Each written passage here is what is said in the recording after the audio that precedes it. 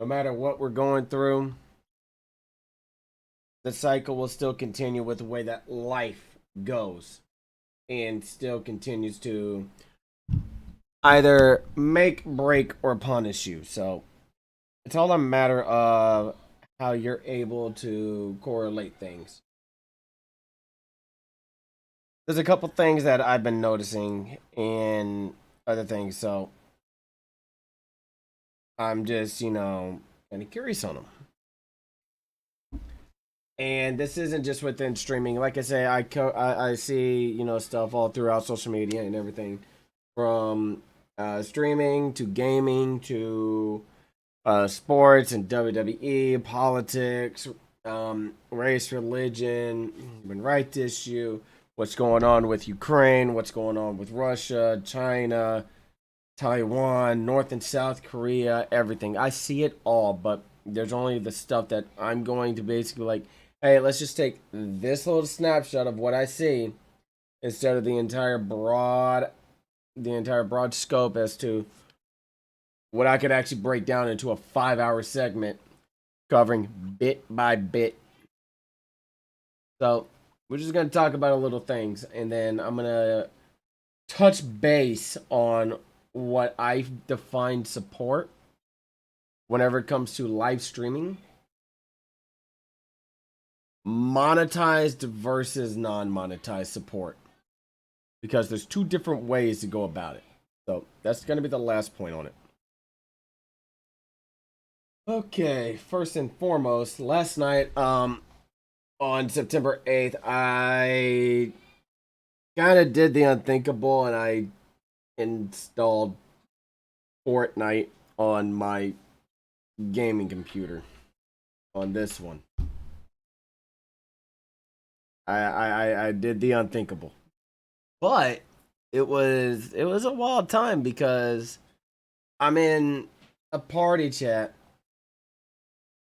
with so many more badasses than I can keep track of.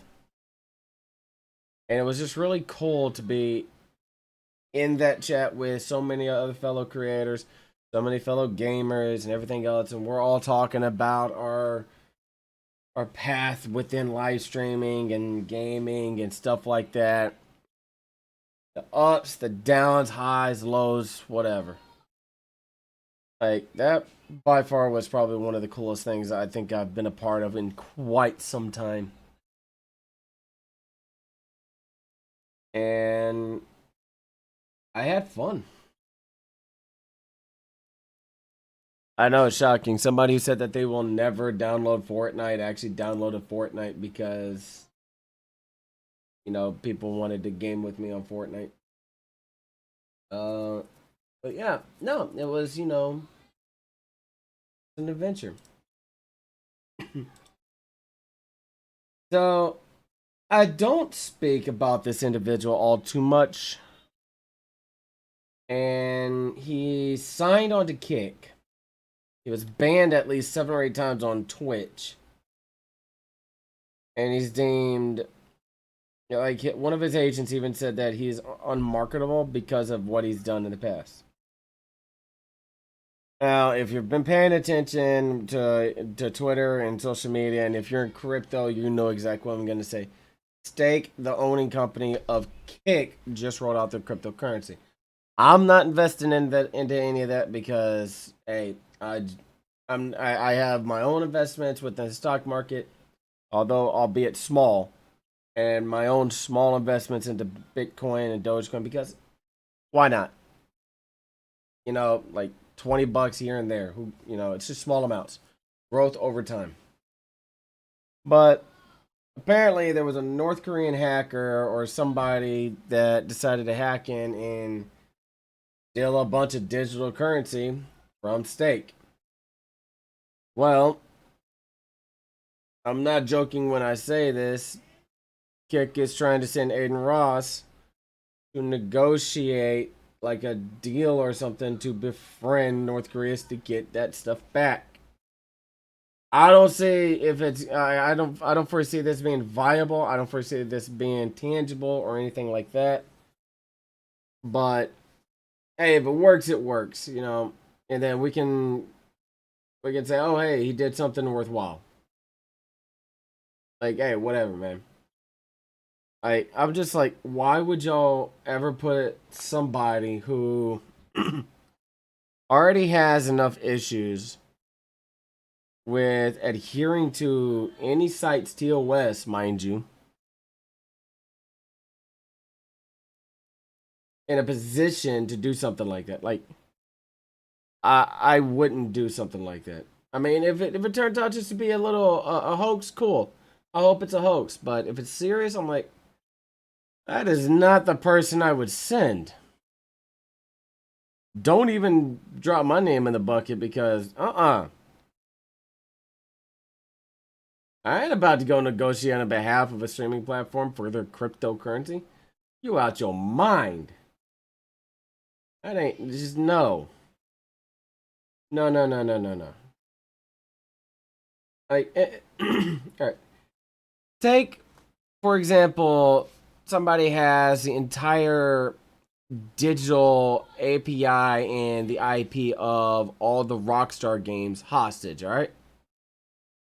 And you're going to send somebody who is a complete nuisance to the community and isn't very well liked within the entire streaming community to go negotiate on behalf of it. I don't foresee that deal going through. I just don't. Because I'm a realist when it comes to stuff like this, and I think it's just gonna fall flat on its face. Like that's what I think. And speaking of falling flat on on faces, people losing their minds on the new Star Wars item that dropped. I stopped watching. I stopped really caring after Return of the Jedi. You know, if you go in chronological order of events that's happened before Rogue One and before Solo and before all this, I'm talking about the core six of the saga. Phantom Menace, the freaking episode 1, Phantom Menace, episode 2. Actually, it been forever.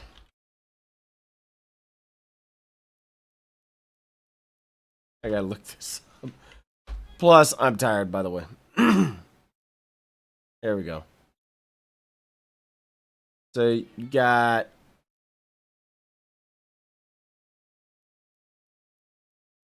Episode 1, The Phantom Menace. Episode 2, Attack of the Clones. Episode 3, Revenge of the Sith. Episode 4, A New Hope. 5, The Empire Strikes Back. And 6, Return of the Jedi. Those are the core 6 that I know very, very well. Those are the sagas that, those are the saga movies that I cater more towards. Now, when you get into the other ones, 7, 8, 9, A Star Wars Story, which is Solo, and then Rogue One, it kind of goes from that peak to a plateau to a downward spiral. It's like, it's just one of those things. Like, I'm like, why would you continue to go here when the story's already ended? I don't get it. And then you got somebody legitimately losing their mind on this newest one that just released. Well, what's it called? Star Wars what? Ahsoka? I think it's a television miniseries. They're like, don't watch it, boycott it, blah blah blah blah blah, because Disney and everything else. I'm like, listen, I don't care if you watch it. I don't care if you don't watch it. I don't care if you're gonna boycott Disney. I don't care if you're gonna boycott Amazon or Netflix or Apple TV. I don't care. Just enjoy what you want to watch. All right. Because you are your own person. You make those determinations for yourself. Don't go off of what other people say. Make that determination for yourself. This is why I also have an issue with critics, especially those who only say, "Oh well, I only stayed for 30 minutes of the movie, and I think it was absolute crap." When in fact, it actually wins an Oscar for Best Picture. Or, they sit through 10 minutes of a 90-minute play, and it goes to win, I think it's called a Tony or something. I don't know what plays and everything else. Case in point, perfect example of this. Hamilton, the play where the gentleman fused rap and history, two items nobody thought was ever possible. And he started reading more and starting learning more about Alexander Hamilton, the framer of the United States of America's Constitution, U.S. Constitution. Alexander Hamilton is the framer, the person who did the entire architect of our doctrine of the United States Constitution. He fused rap and hip hop with history. And I've seen Hamilton quite a few times. And it's really damn good. Would I love to see it in person? Oh, hell yeah. But those tickets are expensive. You talking about $500 to $1,000 per ticket for the cheap seats, quote unquote cheap seats. I have better luck of winning Super Bowl tickets than ever going to see Hamilton in person. But it's just one of those things. Like, people called him crazy, and he's also the person who did the music for Moana and a bunch of other movies. And they're like, "Oh well, you're wrong for this one and this and this." There's like, let the man do what he's setting out to do. Don't sit here and judge him before anything's already been done. All right, because you're just gonna look stupid. And if it makes you look stupid, cool.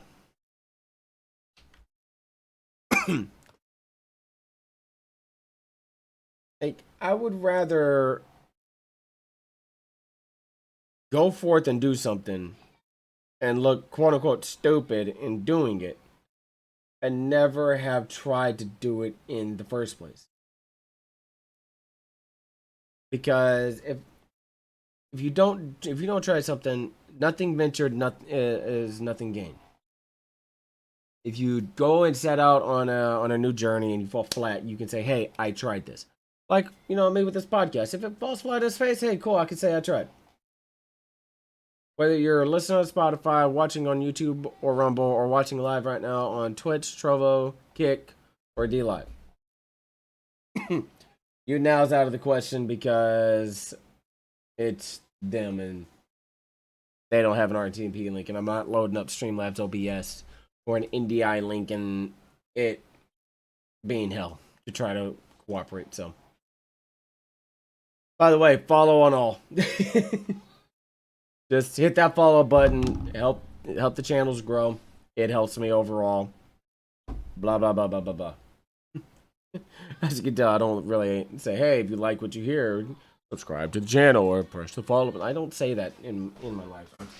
I'm like, "Hey, follow, it helps." Blah blah blah blah blah blah blah. Because I want you to make that determination. Go back to my first point. Make your own determinations. You like what you hear. You like what you see. Follow wherever you can follow. Subscribe wherever you can, subscribe. Overall, it helps me out, and you're notified whenever stuff, happens and goes live. Now, this one,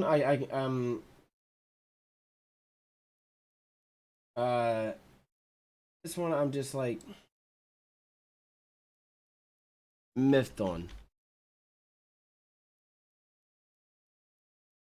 People who have issues with other people who are better in games than they are.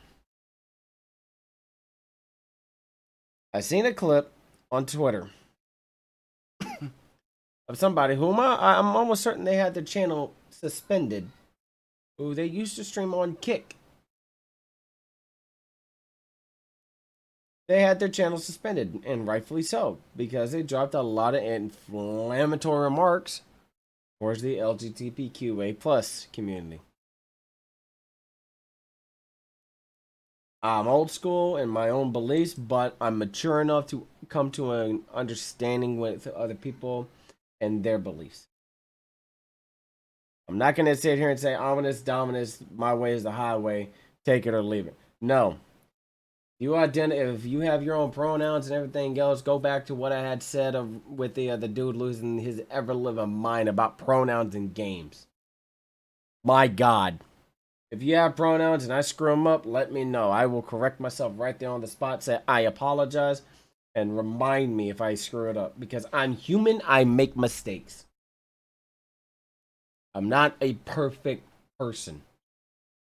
If I was perfect, I would be, you tell me once, I remember. No, I'm not perfect by any means.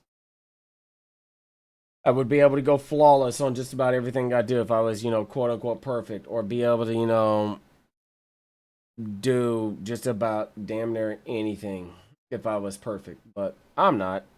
I've made mistakes with, in playing games. I've made mistakes in doing things I thought were gonna work. I thought was gonna work, and it turned out it didn't. Same thing with talking with other people. I've misgendered people, and I've apologized. I've called somebody who identifies as she or her. I said, hey, he, and they're like, I identify as she, her, and I said, oh, shit, my bad. I apologize. Thank you for letting me know, and I corrected myself. I like I'm old school in what I identify as a biological male. I do not have pronouns. If you want to give me pronouns, give me pronouns. I don't care. I'm not going to use them for my identity because I identify as my own person. Kind of simple. I'm simplistic whenever it comes to things like that. I always have. I always will be. And hey, if I mess up, I mess up. Just let me know and I can move forward and say, hey, I've grown from this. Thank you. Because, everybody makes mistakes. But it's learning from those mistakes is how you can grow as a human being. If you're not willing to learn from it and you're not willing to grow, you don't have the mental maturity or the grasp on the situation at hand.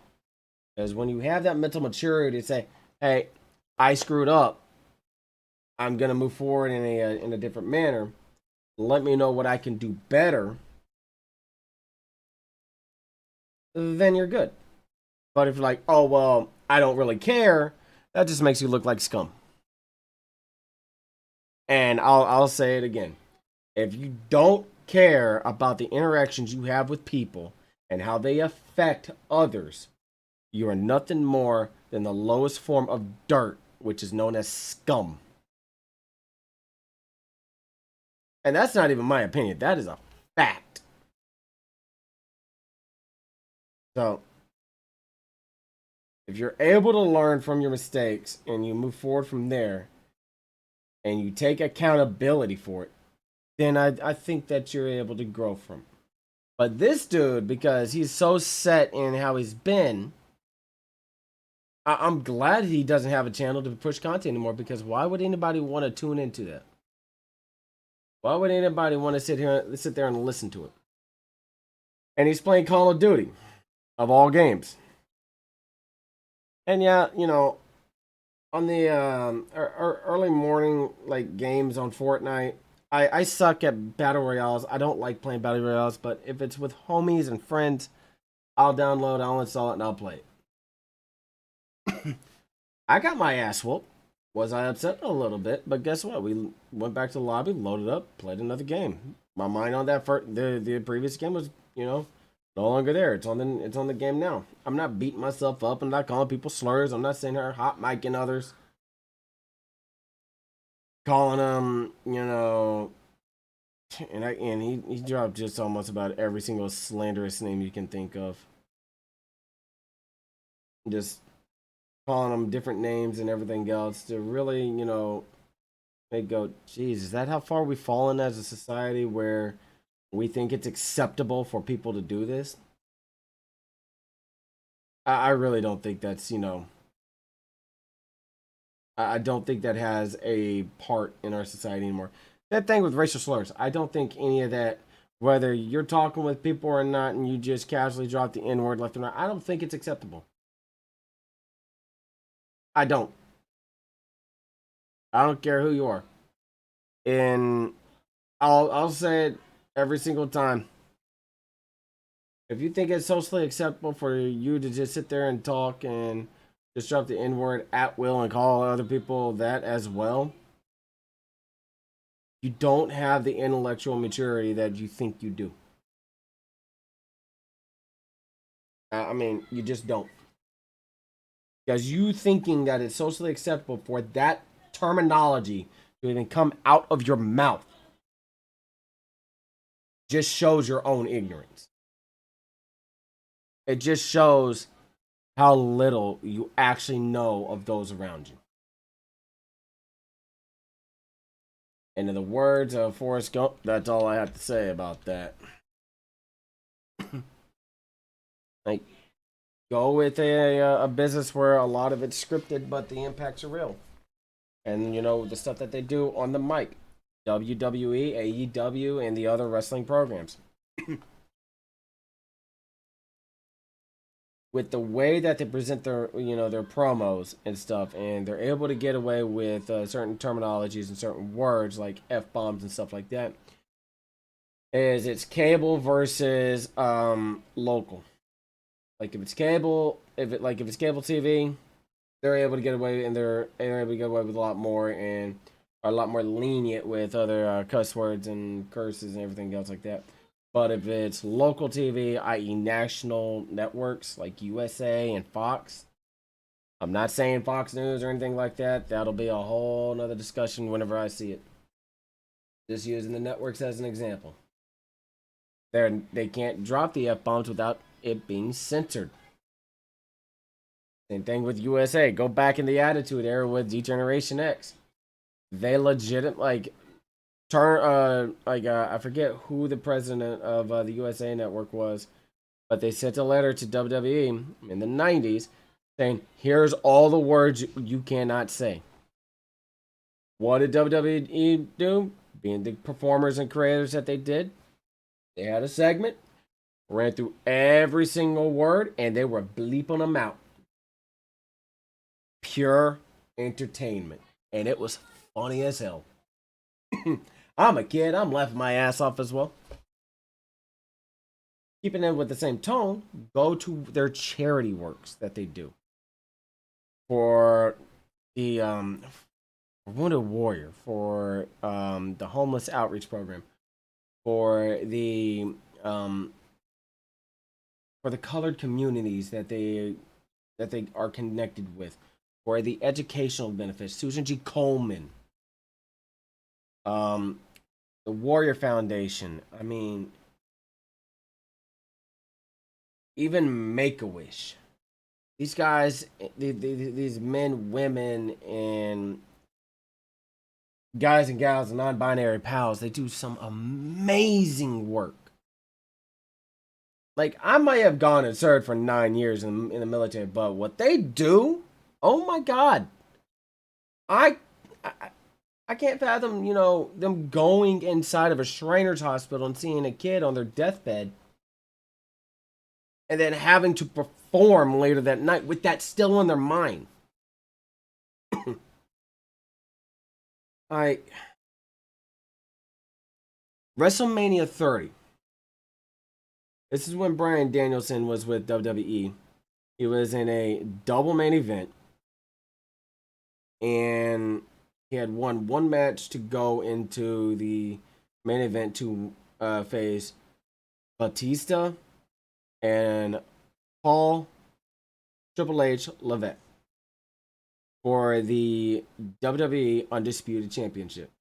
I watched that, and they were talking about Make a Wish, and Connor the Crusher was this kid's name.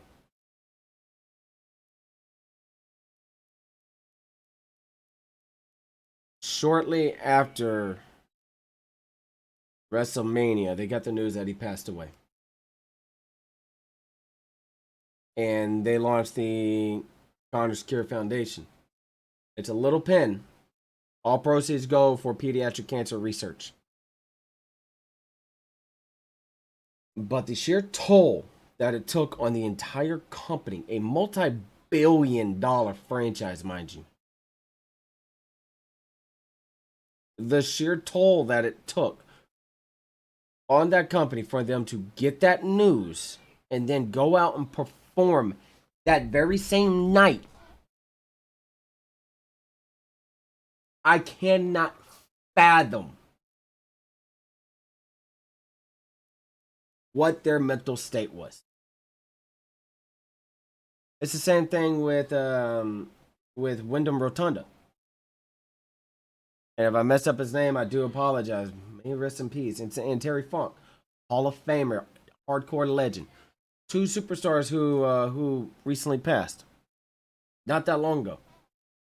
They got the news. They were visionaries within their own crafts, and they still had to perform. I've been in situations where something happens and life is lost, and I still have to do my job, having that on my mind. It is rough. But in an area where you have cameras and production and everything else on you, and you cannot crack under that pressure. You can't. And it's not the whole macho man mentality or, be a strong woman mentality. No, it's like I cannot fathom how much that mental anguish was on the.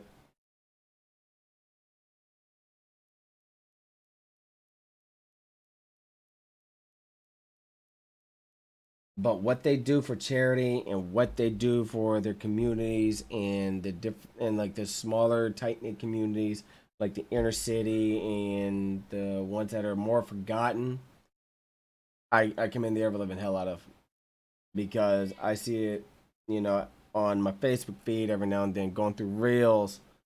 Excuse me. The Make a Wish Foundation, the Alzheimer's Foundation, meeting with troops that are still in Walter Reed and over at the Balboa Hospital over in California.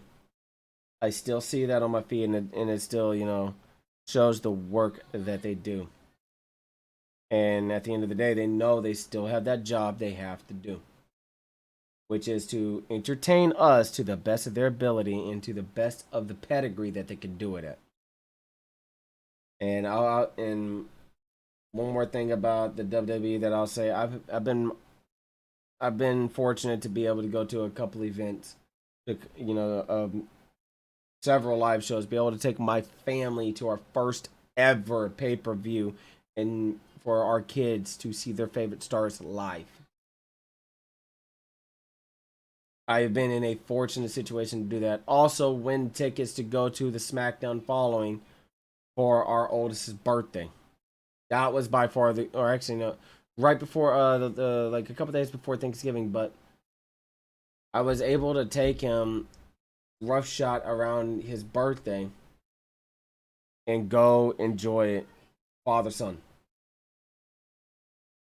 That alone is a highlight in its own right. And I remember whenever I was his age, seeing the spectacle and everything else in person, and seeing the elation on his face as he sees the fireworks and the pyro and the jumbotron and everything else, and it just is awesome. And I commend them for doing that.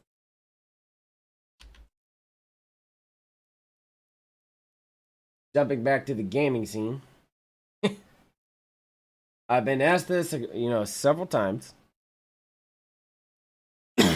Am I going to get Starfield? Short answer, not right now. Long answer, I am waiting on the multiplayer mod, because I'm not about to be bored out of my mind playing a long-winded single-player game that is slow-paced. And before anybody comes at me saying, oh, it's not slow-paced, I have seen PvP, I have seen the action, I have seen everything that you can do from streams. No offense to anybody who streams it. I can barely stay in for maybe 30 minutes because it's not, and you could be the most entertaining person in the world. It's not you, it is the game. I do not find it entertaining playing that much of a game solo. The difference with Armored Core 6 is it's fast paced and it has to keep you on your toes. Starfield, not so much. At least from what I've seen. I mean, if you know the Bethesda community wants to go ahead and get that multiplayer mod out right now and everything else, I will install it on this PC, my gaming PC. Install it and be like, hey, here's a server. Let's jump in. If you got it for Game Pass, jump in. Here's my user. Here's this and this and this. Let's go. And go from there.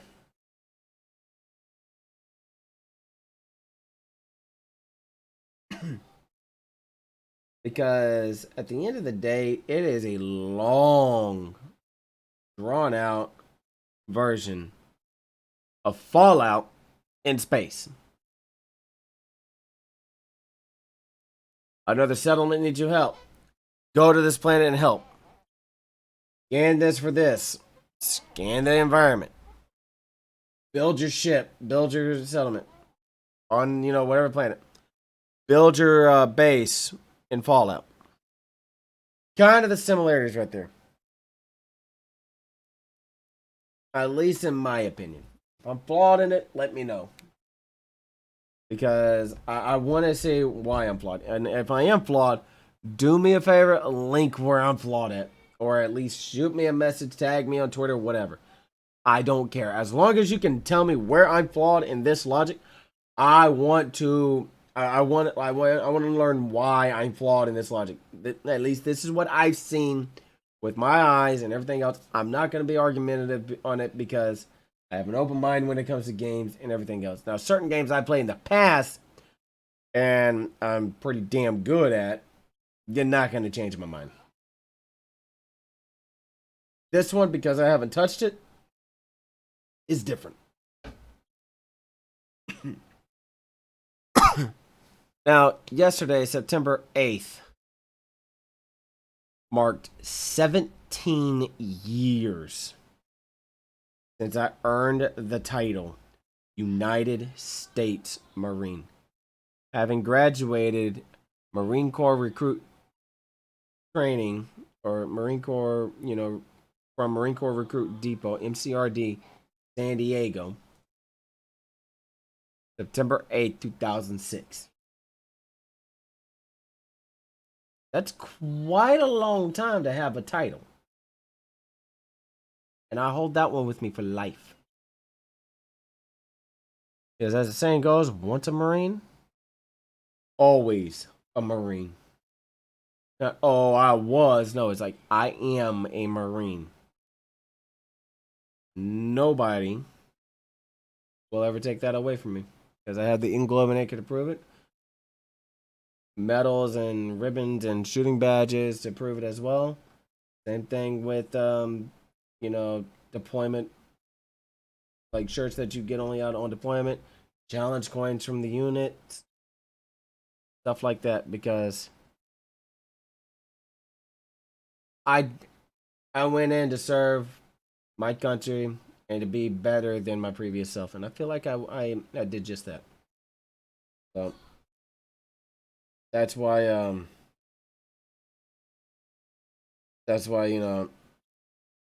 I love being a Marine.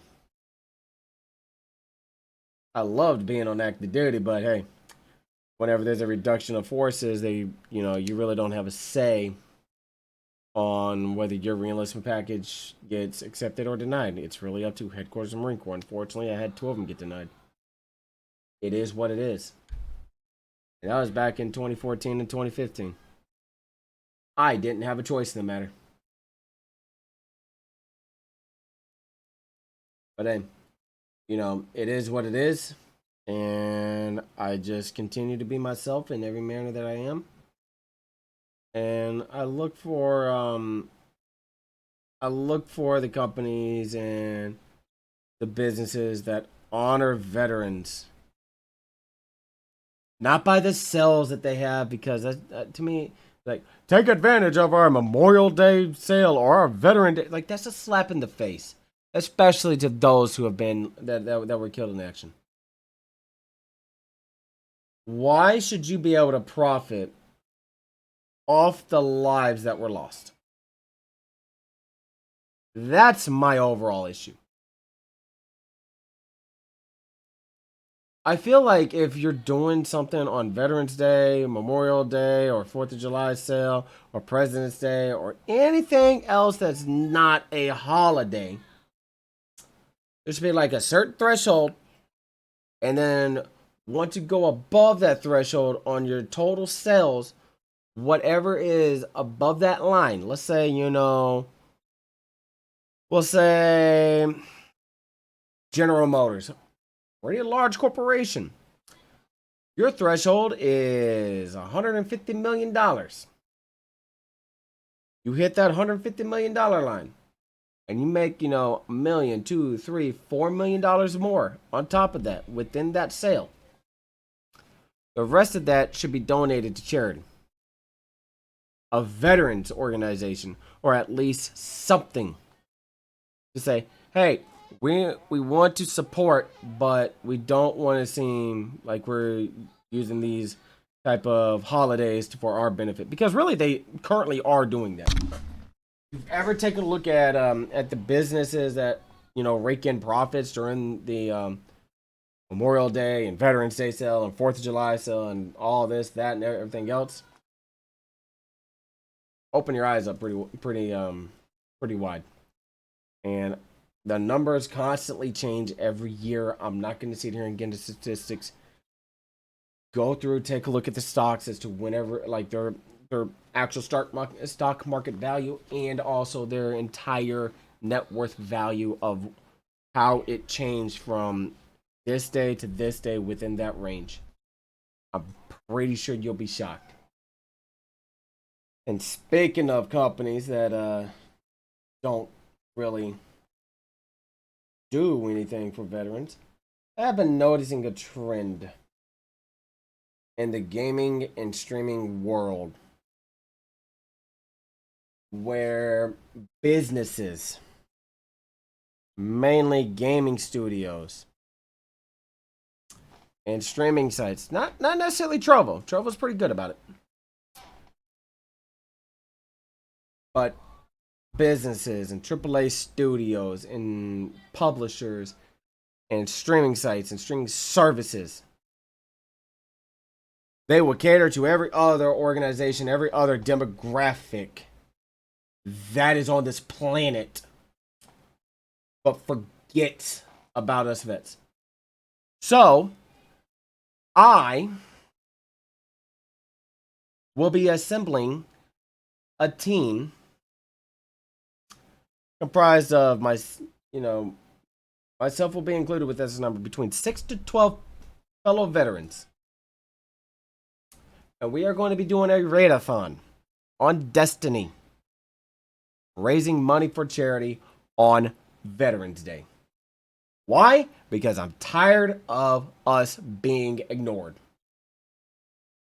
What better way to send a message saying, we are here, pay attention to us, forget the fact that we get the benefits that we get, because we still have to fight for those, mind you.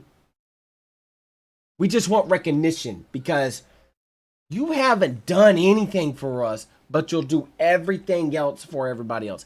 I will touch more on that week, like that time frame afterwards, because Veterans Day, if I'm not mistaken, falls on a Saturday this year. And it does.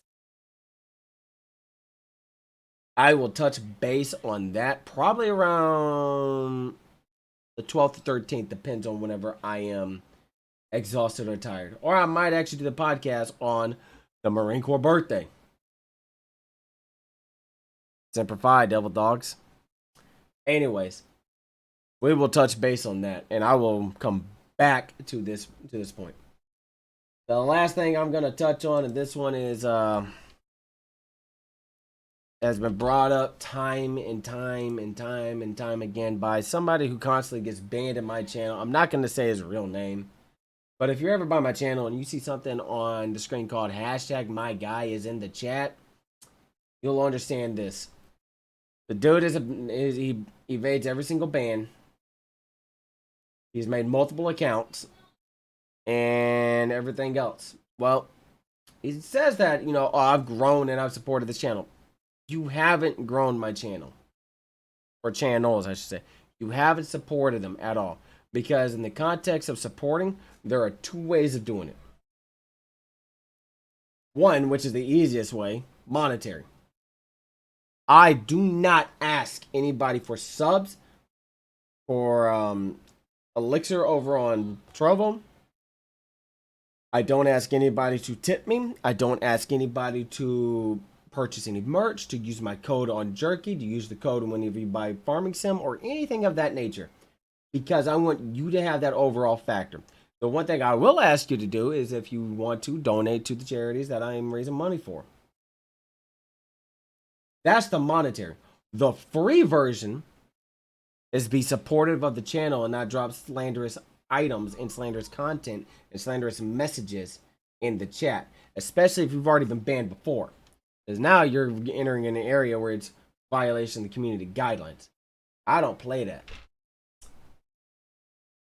But the thing about it is there's several other free ways to support the channel. Tweet out I'm live if you want to. Retweet if I post on Twitter. Say, hey, I'm here. What you playing? Talk in a positive manner in the chat. If I screw up on the game, troll me a little. Not sit there and, drop disparaging comments towards me, because I don't want that flow and I don't want that function in my chat. I have rules just like everybody else does. Mine's pretty simple. Don't be a douche. Pretty simple. 4 words. But if you sit here and you're going to create, several hundred accounts across 3 platforms, that's an issue. And that's not being, quote unquote, supportive. Support means you're helping grow the channel, not being a detriment. Yeah, you can create all those accounts and follow, but at the end of the day, I'm going to contact support and try to get those accounts removed. I don't want them. I do not want them at all. I want people who bring a positive mentality to my channel, to the Freedom Gamers brand, to the overall content that I produce. That is support. And with that, that's basically all I'm covering, this week. Aside from that, next week should be pretty interesting because things are starting to ramp up around the around sports and politics and everything else. So, till then, I'll catch y'all next time. If you liked what you heard or what you seen, do me a favor, smash those buttons, leave a comment below, and let me know how I'm doing. Till then, y'all have a good one. Deuces.